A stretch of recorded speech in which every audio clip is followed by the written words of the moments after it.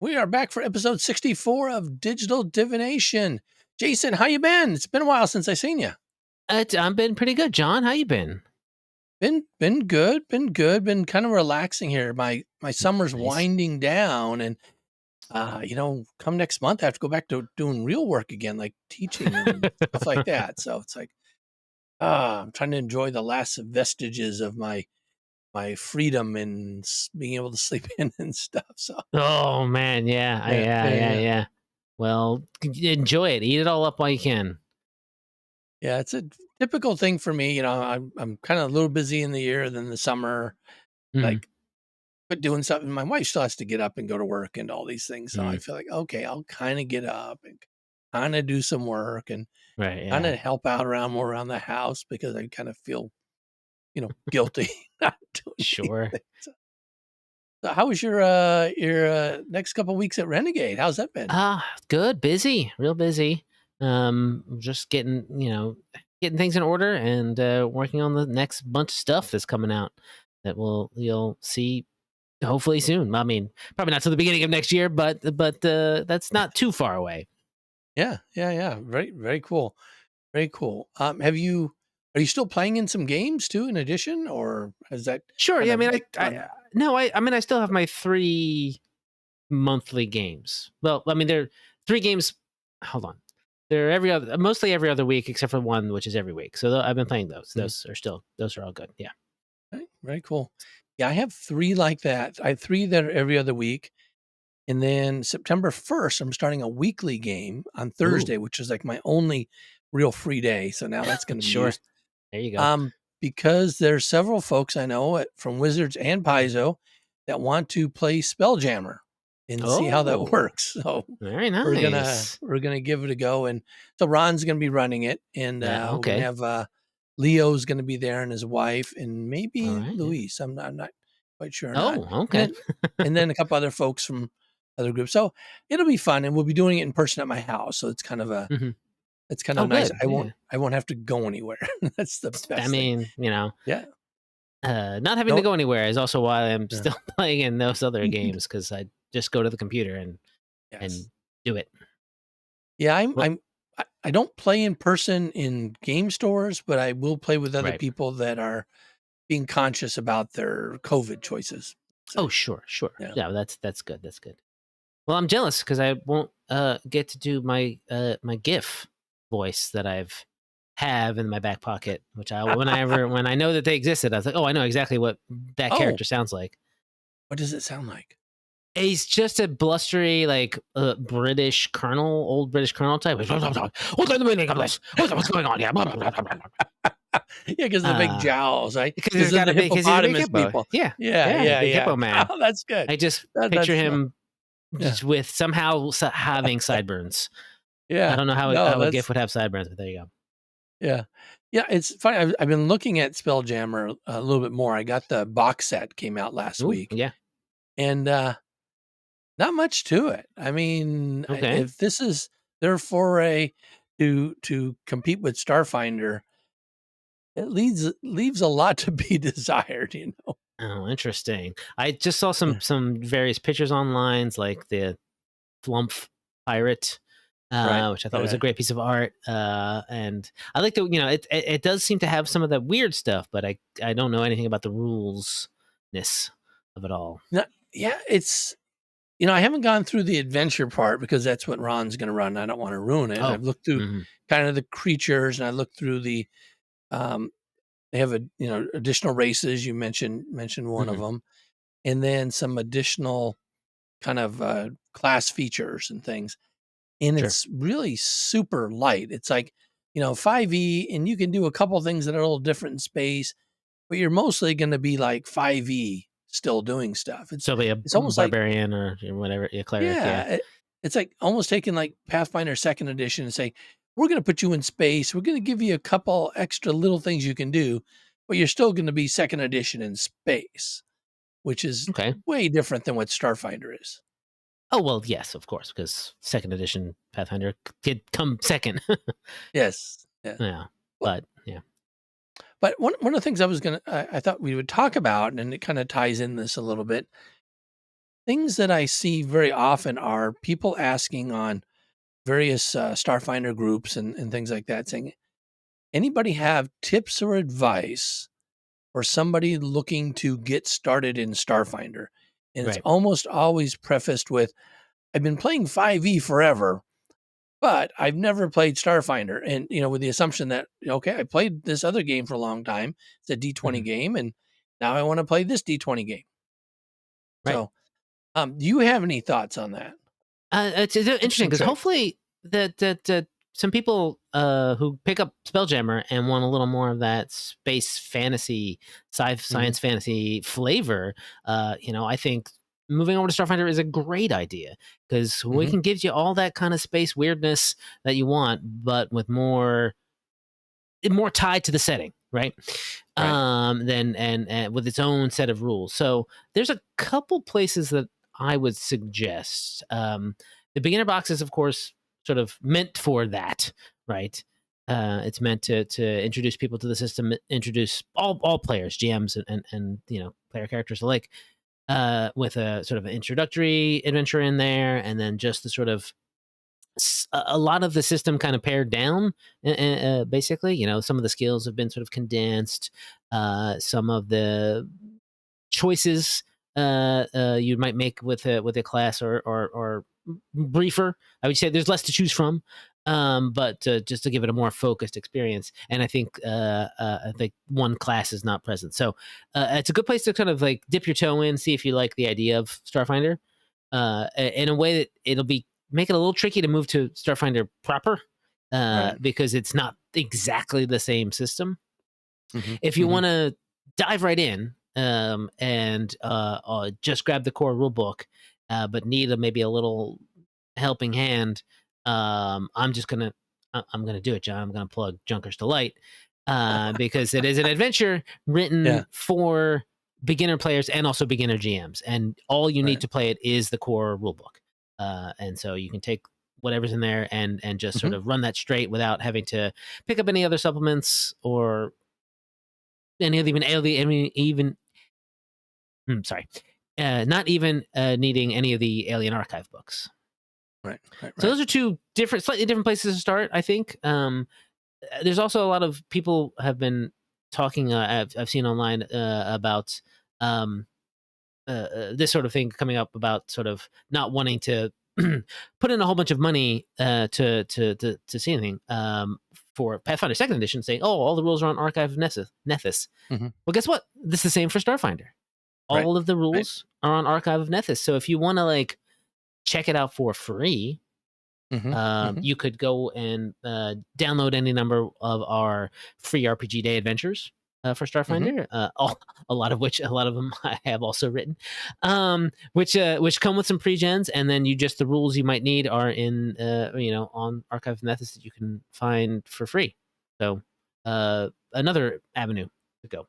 Yeah. Yeah. I think for somebody who's coming in and just wants a taste, I think those are great ideas to get started. And I'm going to kind of build on that a little bit and say somebody who's kind of serious about giving it a go. So, like, Mm, they want to jump in. I think the Junker's Delight is a great idea. I think it's a great idea. And I don't think you need to buy any of the books, but I do think having a physical copy or a PDF of the core book, in yeah. addition to what's on the Archives of Nethys, helps a lot.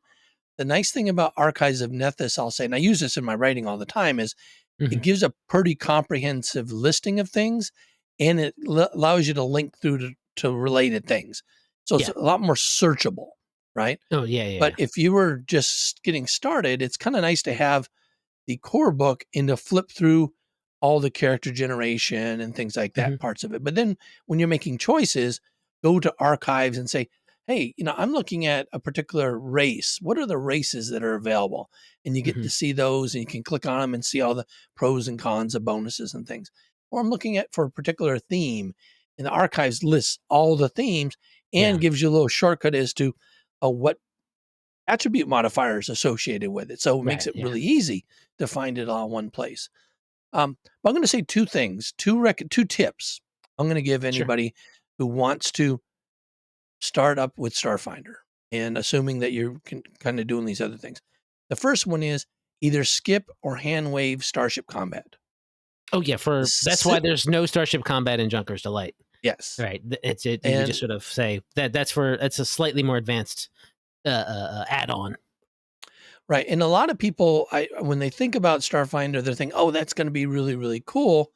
The fact of the matter is it's a little clunky. And until you get experienced players, experienced with Starship Combat, it does take time. I'm editing an episode of Intrepid Heroes. We have a bunch of experienced players, and we're spending an hour getting through a Starship Combat. Yeah. And when you're first starting out, that's a long time to spend on something that, quite frankly, isn't all that exciting compared to other things you could be doing. So Sure. that's one tip. The second tip is that, for every single class out there for Starfinder, there are pre-gens available at the first, fourth, and eighth levels. And if you are getting started, and this is what I do for other systems, quite frankly, but if you're just getting started, think about what classes you're interested in and download these pre-gens for free from Paizo. Take a look at each of them, figure out what might be fun for you, and you either can start with a pre-gen or what I think is more interesting, start with the basics of that pre-gen, then modify it how Mhm. you would like at first level or fourth level, or eighth, whatever level you're starting. But first or fourth level, I think are good.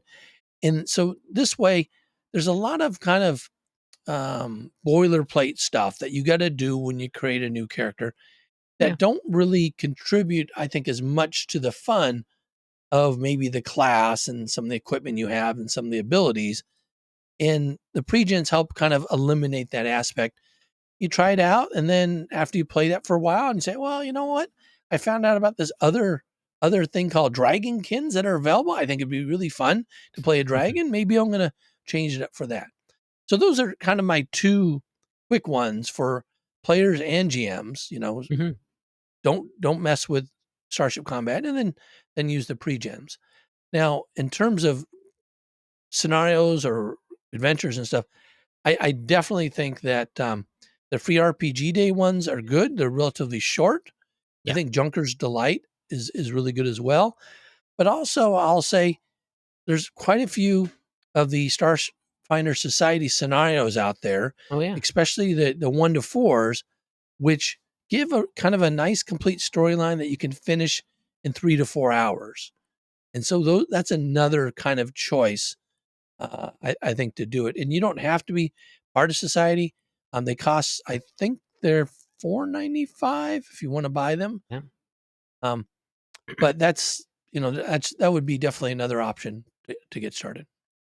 Yeah, yeah. To sort of like continue to build on what you said too. If you've after you've played one of those pre-gens per se, and you want to get into making your own character, but it's still maybe a bit too daunting. Pick a different class maybe, and then in Mhm. the core rulebook we have 4 sample builds for each one. Now Mhm. these are not full pre-gens because it's just a sort of couple choices of like specifics and suggestions of things you might want to take, like feats and stuff. And you can even just sort of like as a practice run, maybe even try to build that sample build from scratch without Mhm. having to worry about having to make all of the choices. The choices are essentially made. Now you just do the math part of it, and Right. that'll get you used to how that works. And then soon enough you'll have 18 other character ideas you want to go through, and you'll be spending your nights making new characters left and right, and then just searching out a place to play them.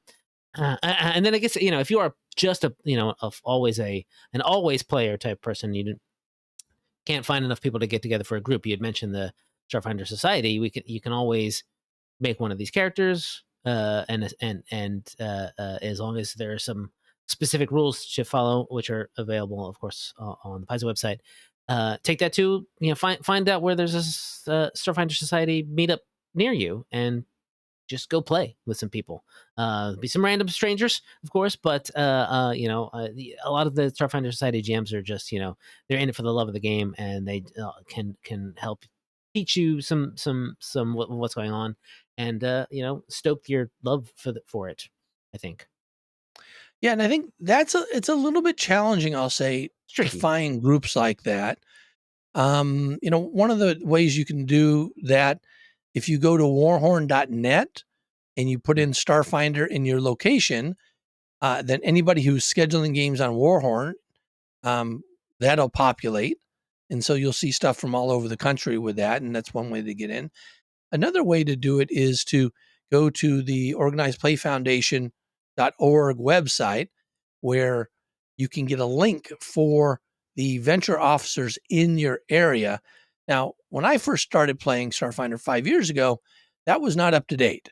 And I Oh. contacted every single person that was supposed to be in the Seattle area, and most of them weren't organizing anymore.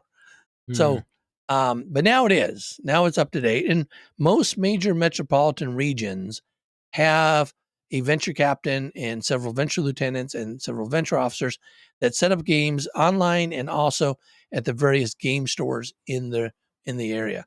And Yeah. quite frankly, one of the easiest ways is go to a game store and see if they have Pathfinder or Mm. Starfinder, and they'll tell you, oh yeah, we have it. This is when they meet, and this is who you can contact to find Yeah. out more.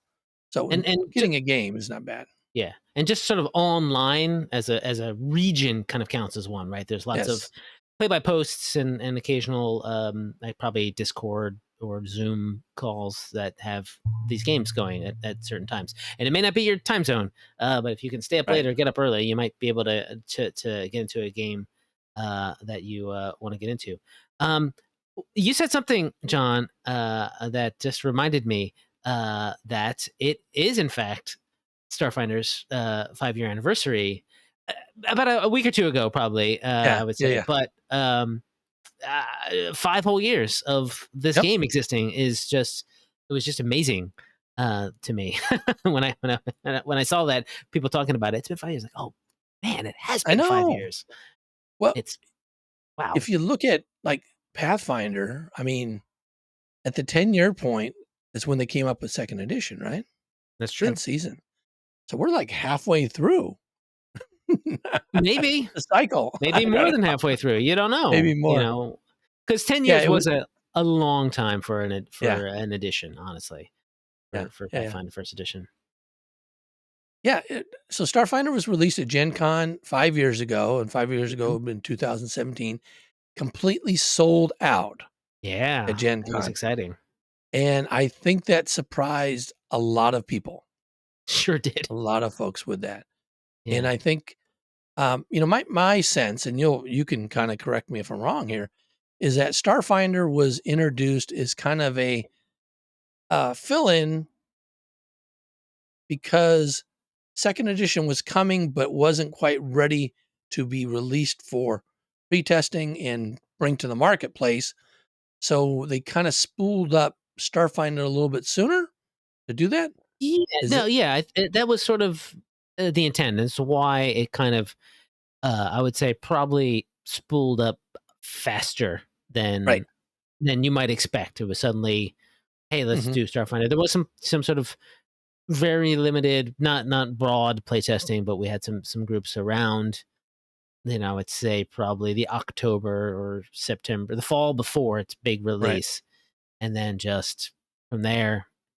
I mean, it had been and worked a little bit the summer before. So basically, while second edition was being sort of tinkered with, we kind of said, "Oh, well, we have this sort of wider setting in a lot of ways. That we have Galarian, but we also have the whole galaxy. We've done books like Distant Worlds and weird uh, adventures on Triaxis in Pathfinder Adventure Paths and stuff like that. Why don't we just do we could do the whole thing says move forward. There's a spaceship, laser guns, all sorts of aliens, that kind of stuff.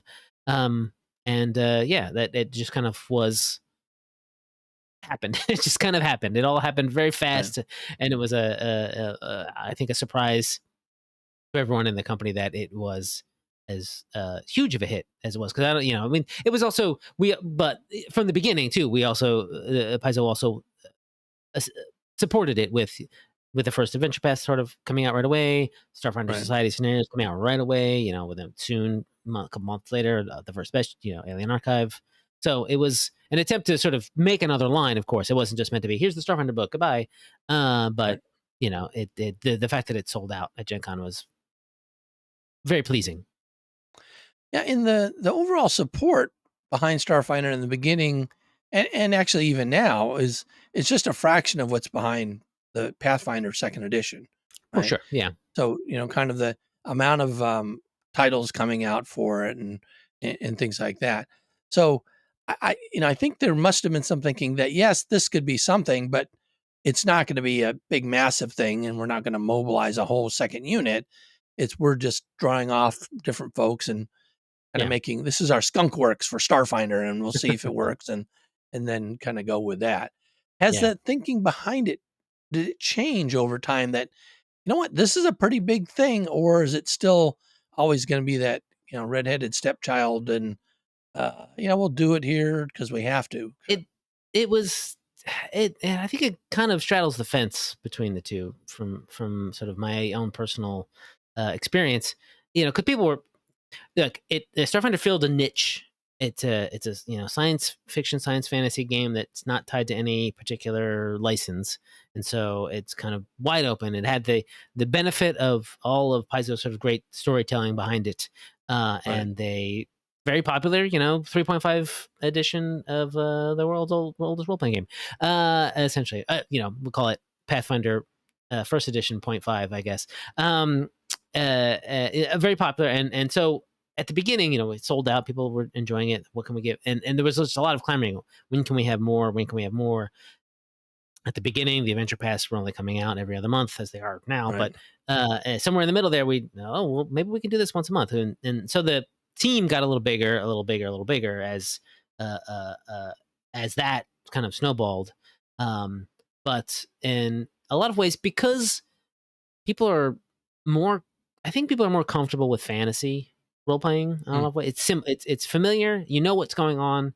There are only so many kind of like not so many kind of stories, but those kind of like genres. Whereas sci-fi has, I think we talked about this a couple weeks ago. Sci-fi right, has like 18 different genres sort of baked into the words. right, That could be anything. And what kind of stories can you tell? And it's not the same for everyone. That people here they want to play a sci-fi role playing game. They want those mechs right off the bat. And it was just sort of, we don't know what to do with that yet. That took some time.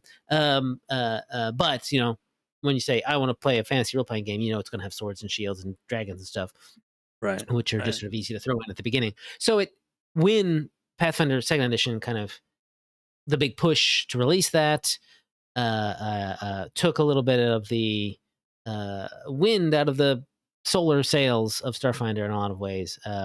And deservedly so. There's not deservedly so, but like I said, like it was, understandably it was so. also Yeah, understandably so. It's big. It was, it's Paizo's flagship is right, Pathfinder, right? So it's always been a little bit of uh, for the past, for since that occurred, since that release occurred, now it's been like 2 years, right? Since second edition came out. Since then, it's been a little bit occasionally just like, hey, remember Starfinder exists, please, raising our hand and being just sort of, we're here too, but, which is why, uh, uh, the pull back from a monthly release on right. Adventure Path, sort of pull back from 3 hardcovers a year to 2, that kind of stuff, just because it didn't have the resources to do it, and frankly, there was some stuff that wasn't selling so well. So Hmm, a business decision that makes perfect sense. right, If you right, don't right, sell, right. you're not selling a lot of stuff, stop making so much stuff. Yeah, no, that makes a lot of sense. When I look at my bookshelf of offerings, and I have my my Pathfinder Second Edition section just keeps growing and growing, has way Yeah, surpassed my Starfinder section. yeah, So definitely I noticed the difference in titles and releases. And I did not recognize that they dropped down to just 2 hardcovers and not they yeah, weren't doing 3 yeah. per year. So I didn't know that. I At know some they point, it was changed around 3. Yeah, yeah. I know they changed it with the adventure paths and with Starfinder Society. They've kind of oh yeah, slowed down the release rate of those. It's like every other month they do 1, and then they go to 2, and they do 1, so it's not quite the mhm. same numbers of doing it. But they've been doing more standalone adventures though for Starfinder, right? So these Mhm. one shots and standalones, and so that's kind of been I think filling a gap. But getting back to where we started now, and in terms of advice for people getting Sure, yeah. started with Starfinder, what about classes? What classes do you think are the best ones to get started with in light of some of the things you've said about, how complex science fiction could be? Right. I mean, soldiers. It's the same with like fantasy and fighter, right? So the soldier Yeah, class is your basic shoot 'em and punch 'em uh fella, and it's a good place to sort of it's pretty. You pick a fighting style, and we got a lot of those, and they can yeah, range from being good with grenades to being a hit and run kind of, or a sharpshooter, that kind of stuff. So there's a lot more uh to it than a fighter, I would say, in terms of most of the time when you think of a fighter, you're thinking of someone with a sword or a spear or something, and just sort of right. heading into the fight. A soldier can be more ranged focus. That's a good one to sort of start with. Um, sort of ticking through my list here in my head. I think, I mean, Envoy is kind of not too difficult. It's more if you want to play more of a support class. Hmm. If you'd like that kind of thing, handing out bonuses, and that's always kind of fun to do. Um,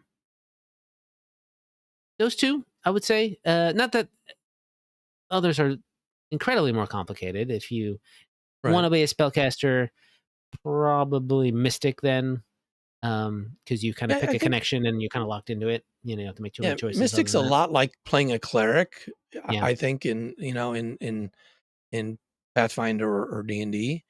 I actually think one of the funner things you can start with, and it's not too complicated, is actually the Technomancer, because it Okay. Yeah. allows you to do a lot of neat things magic and technology-wise that Mm, takes advantage of the system and the kind of the context, and none of it is super complex, right? sure. Yeah. You Yeah. know Yeah. so I think that the ones that I think are a little complex are, I think the operative, even though it's can do a lot of things, that variety of things that you can do actually leads to a higher level of complexity, as does the Vanguard, as Oh, does of the course. Witch Yeah. Warper, as Is does, yeah. the Nanosite.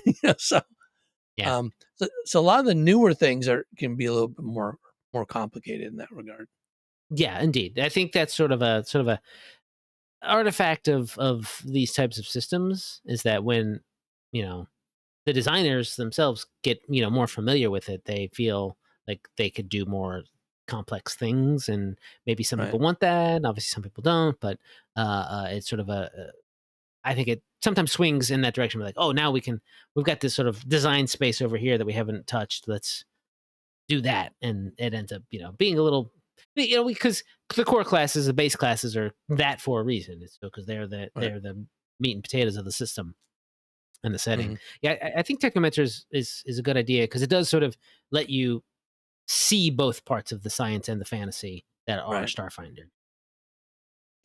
Yeah. And I only have one Technomancer amongst all my characters, but it is one of the things I think is important for me to be able to see how those things integrate. So as a Yeah, yeah, GM, to play that, I like playing soldiers. I like playing operatives, because I think there's a lot of versatility and what you can do with those things. I'm playing a Vanguard in our Devastation arc, and we just hit level 17, and it is neat the kind of things that you can do as a Vanguard to mitigate damage for your whole team, yeah, but you have so many options on things to do. Just, because we're playing every other week, just keeping track of all that stuff. Yes, you can go and yeah. just punch somebody, but then when somebody's hitting back and you want to try to mitigate damage, you got 5 different ways, but you have to look at all the specific circumstances to find out Right. which one actually matches this thing here. So Fair that's been a enough. challenge, and I'm a pretty experienced player, and I've been playing Vanguards for a couple of years. So Yeah, yeah. yeah, And you've played enough to build up to 17th level, I imagine. You right. didn't start there. That's I guess a little tip is, don't start at higher level if you're Yes. first playing, because it's too much. In fact, I would even say, like, maybe the first couple campaigns you play, go up to 5th level at the highest, and then kind of start over, make first level characters again, and kind of get used to the way the game works. Don't necessarily worry about trying to get from first to 20th level, because Yeah. that takes a long time, and B, it just sort of continually ups the complexity as you go.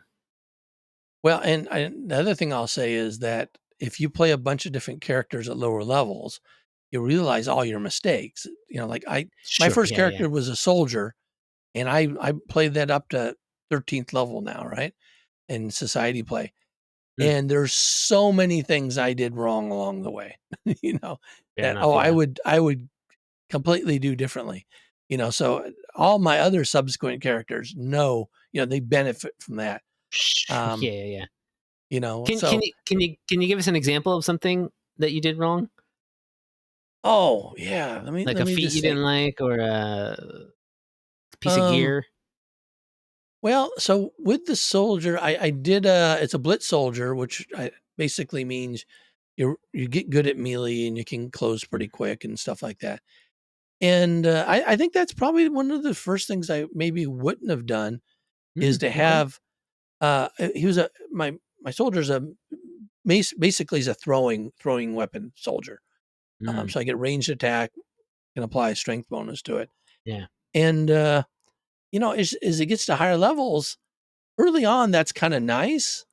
But when you get into 8, 9, 10, 12th level, you don't the scaling of your damage dealing and stuff just doesn't match up with somebody who's heavy weapon user and uses soldier onslaught or some of these other things. So basically, as a thrower and keeping that as a primary attack going all the way up, it really limited all the additional things I could do.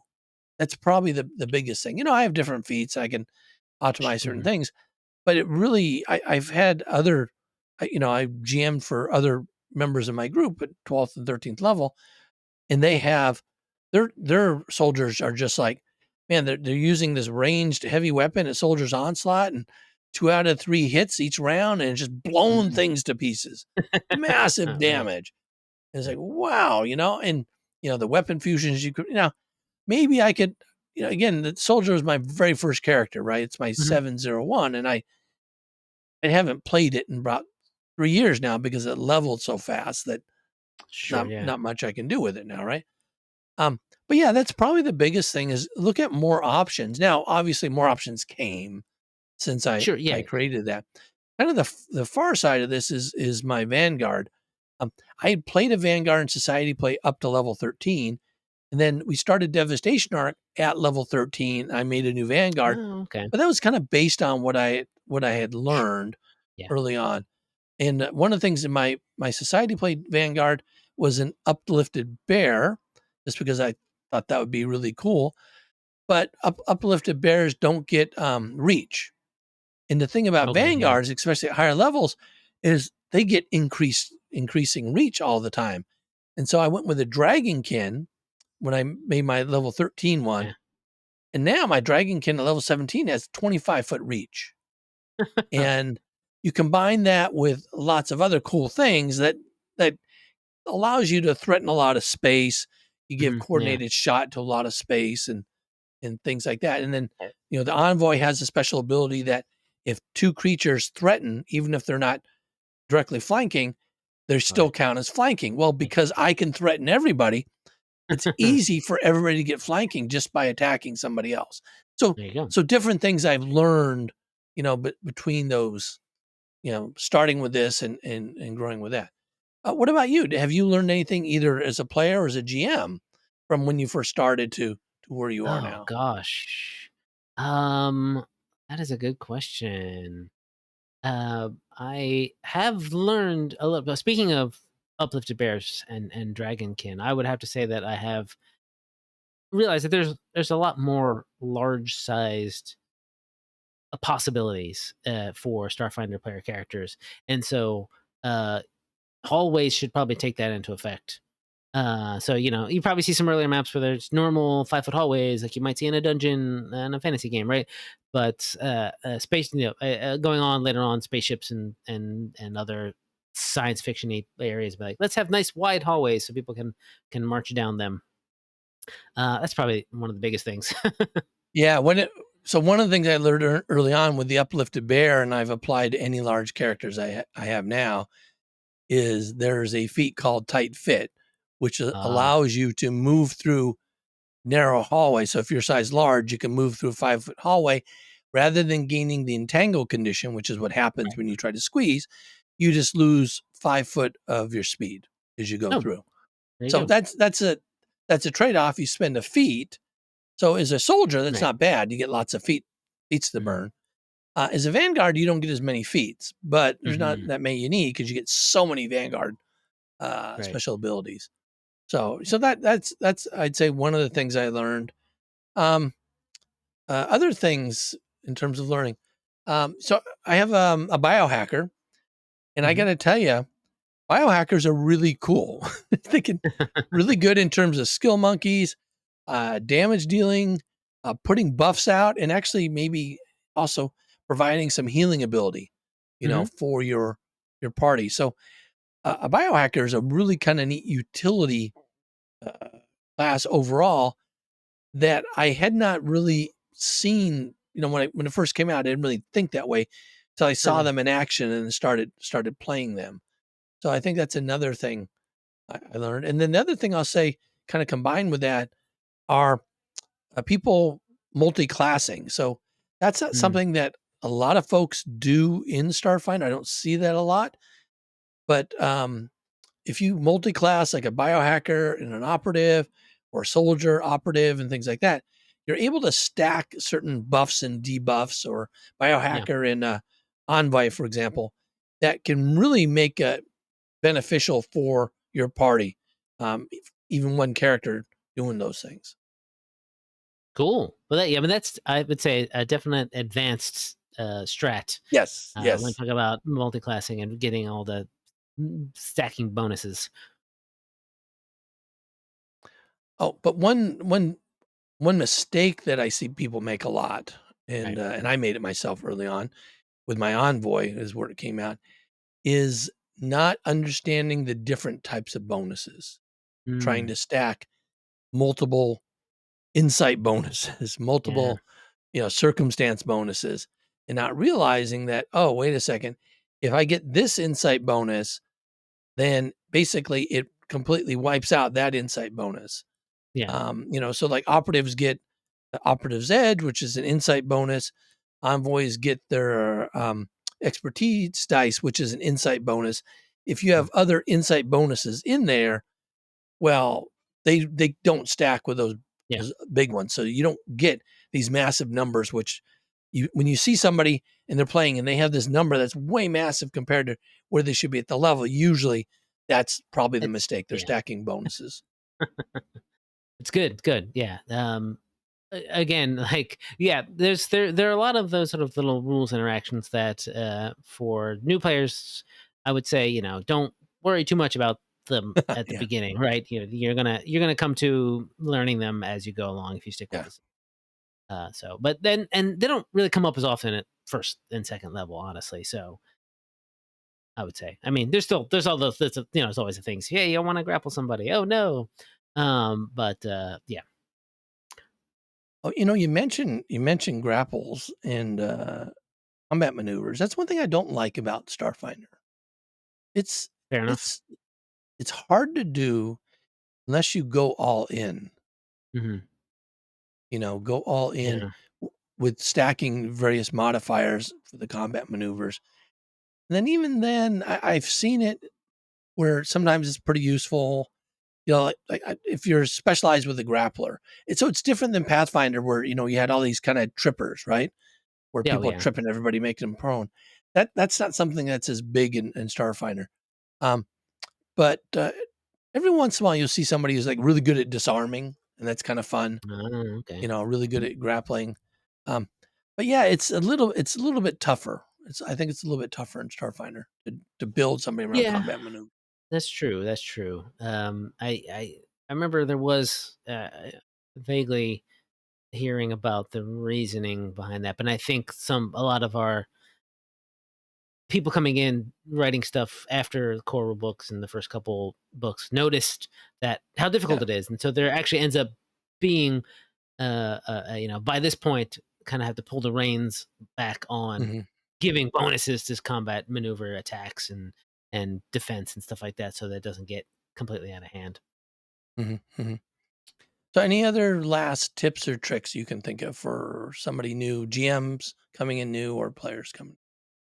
Coming in new, there's a lot to To possibly consider some virtual tabletop Mm, stuff, because that might help you with some math and whatnot. yes. When you're doing attack and making sure that all what stacks and what doesn't stack, it'll sort Right. of handle that. I mean, virtual tabletop, and also virtual character creators that'll help you Hmm. make sure that you've remembered to give yourself a that first level feat, or take this first level bonus, or later on when these two don't work together, you really don't need them, because yeah, that'll help. I mean, eh, maybe at the start, don't try to virtual tabletops are their whole a whole different thing in of themselves, of course. So don't necessarily worry about like having it look the coolest and be the awesome. Where maybe you can still do theater of the mind combat, but just sort of use the virtual tabletop as a die roller, Right. so that Right. all the bonuses, all the numbers get added up, right? Then again, maybe you're playing in person and that doesn't appeal to you, and that's also fine. I would say in general though, don't sweat it. Get in there. Right. If you're having fun, you're doing it right. This is all standard advice, I would say at this point.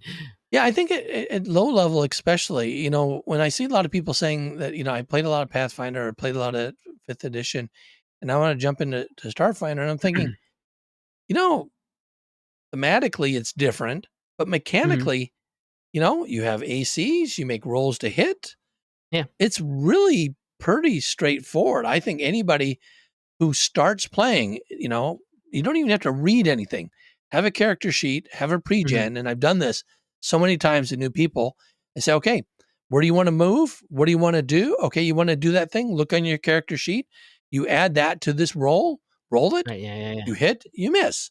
And once they kind of get in the flow of that, it's not hard for them to figure out. If you have something with a caster, that's a little more Right. challenging because then you got to understand what the spells are, what they do. But the nice thing about now, if you're doing a virtual tabletop, you can actually pull up all the verbiage for the spell. But they have spell cards, and I Mhm. use them in games, and I'll have them for all my creatures and monsters. And if there's new players there, I'll have them for all the pre-gens. And so they have a pre-gen sheet, and here's all the spell cards, and they can see exactly what it does. And if they don't know what it means, they can just read it, and we'll tell them what it means. You Sure. know, Yeah. and everybody's usually pretty helpful, Yeah. understanding Yeah. that Yeah. we're trying to grow the hobby. And so just because you're new and you don't know anything doesn't mean everyone's gonna like be mad at you and whatever. Yeah. Everybody's willing to help.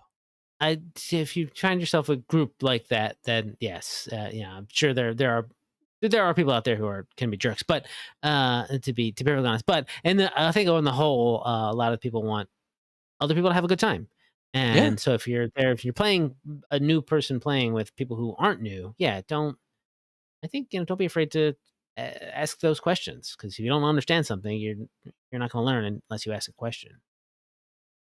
Yeah. We in our actual play we added Stephanie Mm. Lundeen to when we started Dead Sons and we're carrying over Devastation Arc. She's not familiar with Starfinder and the rules at all. She's always asking for clarification on things, Sure, yeah, big and deal. we just do it. I mean, it's Yeah. like it doesn't takes like an extra second. And I think for me, it points out to the things that even somebody who's been playing for several years that still might be confusing to them with Hmm. Starfinder when they're a very experienced Pathfinder player. Sure, The yeah, difference between resolve points, hit points, and stamina points. Right? You have all these right. points. What do Hmm. they mean? What do you do with them? Right? Once Yeah, you yeah. figure it out, it's kind of straightforward. But early on, it's tough. Sure, yeah. Um, death and dying, right? Those sorts of things Mhm. can be a little different between systems. So, but I don't think anybody should feel hesitant to jump in and start playing with no experience with Starfinder because I think anybody can do it. Yeah, I think definitely. anybody could do it, and that'd be the biggest tip is just to start playing. Yeah, yeah. Once you start, you'll figure out what you like and what you don't like, and what you can sort of leave by the wayside if necessary, Yep, I think so. just so you're having a good time. Yeah. All right, well, we're about that at that time, Jason. All right. So Wow. it's been great again chatting with you. Yes, I'm John. always. Yeah, And I'm I'm John. Jason. Oh, and I'm Jason, and this has been Digital Divination.